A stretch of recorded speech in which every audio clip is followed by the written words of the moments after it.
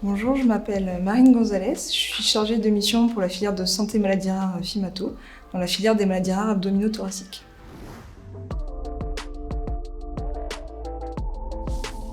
On va parler de la transition des services de soins pédiatriques vers les services de soins pour adultes. La transition, c'est un processus progressif, coordonné et intentionnel qui vise au passage d'un patient adolescent ou jeune adulte d'un service de soins pédiatriques vers un service de soins pour adultes.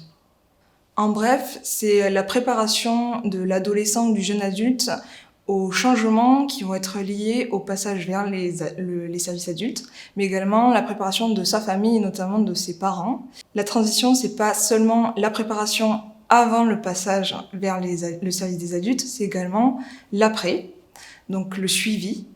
Et la transition se distingue du transfert, qui est lui le moment à l'instant T où on passe du service de pédiatrie vers le service adulte.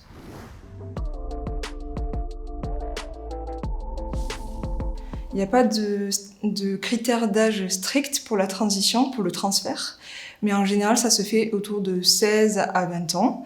Donc c'est vraiment du cas par cas. Il faut que le patient soit prêt, soit autonome, soit stable sur le plan psychologique, médical et psychosocial.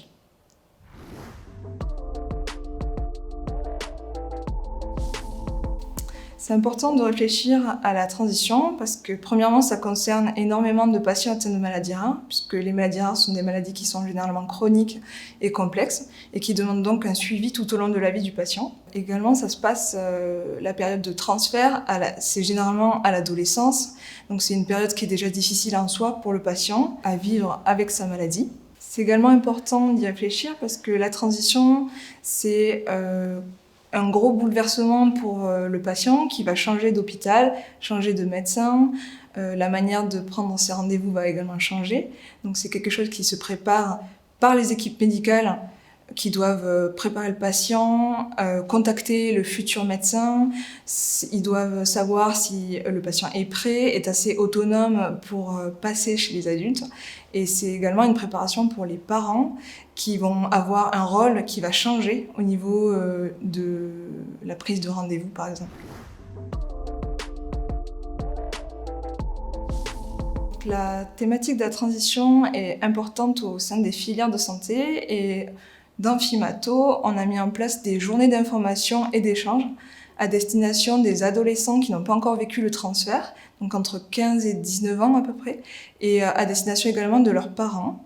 Donc c'est une journée qui permet de discuter de ce qu'est la transition, des différences entre hôpitaux pédiatriques et hôpitaux adultes, et également d'avoir des temps d'échange entre pairs, donc où ados et parents sont séparés pour discuter entre eux de leurs problématiques personnelles. Donc cette action a été uniquement à la base pour la filière FIMATO. Depuis 2020, cette action est devenue interfilière, donc ça concerne tous les patients atteints de maladies rares, mais au sein de l'interfilière, il y a d'autres actions, donc notamment la création de livrets d'information, d'outils d'aide pour le suivi du patient, des recommandations également pour les médecins, et il existe un site internet transitionmaladiesrares.fr qui répertorie beaucoup d'outils qui ont été créés par les filières, mais également qui ont été créés à l'étranger ou par des associations de patients.